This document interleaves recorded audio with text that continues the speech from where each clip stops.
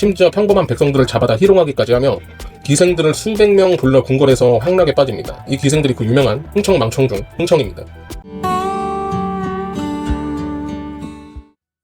1495년 성종이 죽고 역대 조선 왕들 중 가장 폭군인 연산군이 왕위에 오릅니다. 연산군 하면 바로 떠오르죠. 폭군, 미친, 광인, 등등 여러 부정적인 말들이 떠오릅니다. 그래서 연산군 하면 처음부터 개X였던 놈이라고 생각하시는 분들이 있는데, 사실 저는 처음부터 미친놈이었냐라는 물음에 아니다라고 대답을 하겠습니다. 연산군은 태어나자마자 왕세자로 책봉됩니다. 그런데 이 연산군의 엄마가 패비 윤씨인데, 이 패비 윤씨가 궁중 갈등을 일으켜 궁에서 쫓겨나고 연산군이 3살 때 사약 먹고 죽어버립니다. 자, 생각을 해봅시다.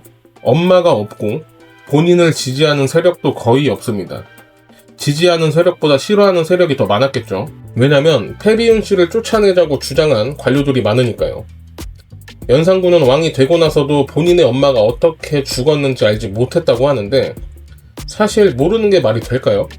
궁에서 그렇게 오래 살았는데 모른다는 건 말이 안 된다고 생각합니다. 어쨌든 연산군 입장에서 관료들은 부모 죽인 원수고, 그렇기 때문에 관료들은 연산군을 세자 시절부터 매우 불편해하고 불안해했을 겁니다. 왜냐면 쟤가 왕이 되면 나는 조져지겠구나 라고 생각을 했겠죠. 그리고 패비윤 씨가 중전에서 쫓겨나면서 정현왕후가 현재 중전인데, 문제는 정현왕후가 훗날 중종이 되는 진성대군이라는 아들이 있다는 겁니다. 그러니 쫓겨난 중전의 세자보다는 현재의 중전의 세자로 교체될 가능성이 충분하거든요. 그래서 연산군은 세자 시절부터 매우 외롭고 눈치를 많이 보면서 컸을 거라고 생각합니다.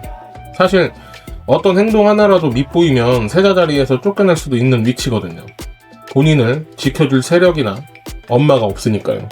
그런데 성종이 젊은 나이에 죽게 되고 연산군은 17살의 나이에 덜컥 왕의 자리에 오르게 됩니다. 눈치만 보고 살던 연산군, 왕이 되었으니 이제 칼을 빼들고 이것저것 이놈 저놈 다 죽이고 다니기 시작을 하는데, 맙소사 매일같이 조정에 나와 정사를 꼼꼼히 챙기기 시작하더니 성종 때 만들어진 법령과 제도를 잘 숙지하고 보고를 빠짐없이 확인하기 시작합니다. 무려 신하들의 입에서 왕이 총명하고 부지런하다 라고 평가를 하는데, 신하들이 뭔가를 잘못 먹었던 걸까요?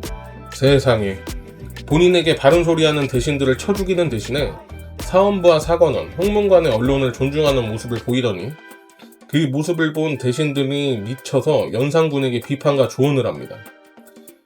이제 자신을 비판을 했으니 이것들을 다 죽이겠거나 라고 생각을 했는데, 연산군이 대신들의 비판과 조언을 무려 받아들이고 바로 시행을 합니다. 이럴 수가. 세금과 형벌 문제를 직접 챙기며 백성들의 고충을 듣고자 노력을 하고, 지나친 형벌을 줄이고 억울한 옥사를 풀어주려는 시도를 합니다. 그러니 조정 대신들 사이에서는 군왕으로서 자질이 있다라는 소리를 듣게 되는데, 제가 지금 세종이나 문종을 이야기하고 있는 중일까요?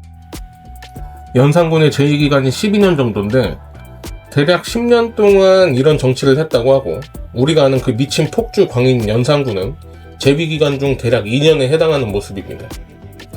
그런데 이 연산군은 대체 왜 미쳐버린 걸까요? 저는 이게 말이 안 된다고 생각하지만 실록에 기록돼 있으니 팩트는 맞습니다. 연산군은 즉위 후 10년까지도 본인의 어머니가 억울하게 죽었다는 걸 물론 연산군 입장에서요, 어쨌든 그제서야 알았다고 합니다. 저 코알라 본인이 이 사실을 알게 된 연산군이라고 생각해보면 일단 제 세계는 무너졌습니다. 어릴 때 눈칫밥 먹으면서 세자 자리 겨우겨우 지키며 왕이 됐고, 왕이 된 후 본인의 아버지처럼 나라를 위해서 정말 잘해보려고 했는데, 왕실과 관료들 그리고 제 아버지 성종까지 저한테 거짓말을 했다고 생각을 하니 나랑 가깝게 지내던 사람들이, 하물며 가족들이, 더 나아가 세상이 나를 바보 취급하고 배신한 것처럼 느껴집니다. 그러니 내 어머니를 죽인 놈들을 찾아야겠죠. 연산군 10년, 본인의 어머니를 죽게 만든 사람들을 찾아낸다는 명분으로 성종 때의 대신들 그리고 사림의 인물들, 거기에 조금이라도 관련된 인물들을 모조리 다 죽여버립니다. 이게 갑자사화인데 4번의 사화 중 연산군 재위기간 중에 2번의 사화가 발생합니다. 첫 번째인 모우사화는 훈구파들이 사림을 제거하기 위해 만들어낸 사건이라면 갑자사화 이후로 연산군의 미친 광기는 폭주하기 시작을 합니다. 총명하고 부지런하다는 소리를 듣던 연산군은 이때부터 정치를 돌보지 않고 오로지 쾌락과 폭력으로 나라를 다스리기 시작하고 세금과 형벌 문제를 직접 챙기면 백성들의 고충을 듣고자 노력을 하던 연산군은 백성들에게 과도한 세금을 부과하고 심지어 평범한 백성들을 잡아다 희롱하기까지 하며 기생들을 수백 명 불러 궁궐에서 황락에 빠집니다. 이 기생들이 그 유명한 흥청망청 중 흥청입니다. 그 어린 시절부터 불안에 떨며 살다 결국엔 세상이 자기를 배신했다는 분노는 걷잡을 수 없는 광기로 변해버리게 된 겁니다. 그러니 민심은 철저히 떠나갔고 대신들 사이에서도 더는 못 버틴다는 분위기가 무르익게 되자 훈구 대신들을 중심으로 연산군을 몰아내고 다른 왕을 세우자는 계획이 세워집니다. 당시 연산군의 이복동생이었던 진성대군, 훗날의 중종을 옹립하기로 합니다.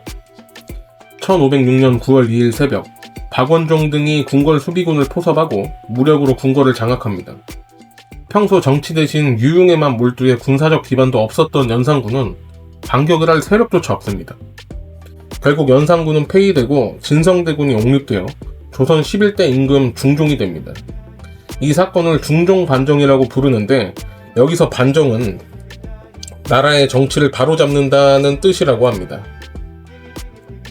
연산군은 왕에서 쫓겨나 평민으로 강등당하고 유배 보내지고 보내진 지 2달 만에 30세의 나이로 병들어 죽게 됩니다. 어떤 분들은 임진왜란 이후로 조선이 기울기 시작했다고 이야기합니다. 하지만 저는 연산군의 폭정과 중종 반정이 조선이 기울기 시작한 전환점이라고 생각합니다. 성종 때까지는 훈구와 사림이 균형을 이루며 안정돼 있었는데 연산군의 무자비한 사륙으로 나라의 정치적 두뇌가 사실상 마비돼 버리고 백성들이 생각할 때 왕의 이미지는 왕은 놀고 백성은 죽는다라는 인식을 가져 민심이 떠나버리고 중정반정으로 왕이 바뀌어 버리니 왕권에 큰 상처를 입습니다. 신하들이 언제든 왕을 끌어내릴 수 있다는 불안함을 안게 되는 거죠. 그러니 조선 초기의 왕권 같은 왕권은 이후로 보기 어렵습니다.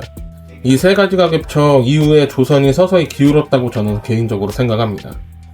이렇게 연산군 이야기를 해봤습니다. 여러분은 어떻게 생각하시나요? 저런 이유라면 연산군이 미칠만 했다? 아니, 저건 그냥 미친놈이다? 이해는 되지만 그러면 안 됐다? 어떠십니까? 저는 개인적으로 연산군이 27에서 28살까지 본인 엄마가 어떻게 죽었는지에 대해 몰랐다는 건 말이 안 된다고 생각하는데, 그러면 만약 정말 연산군이 알았다면 어떤 마음으로 참았을까요? 아니면 왜 참았을까요? 그리고 참다 갑자기 왜 미쳐버린 걸까요? 어떻게 생각하세요?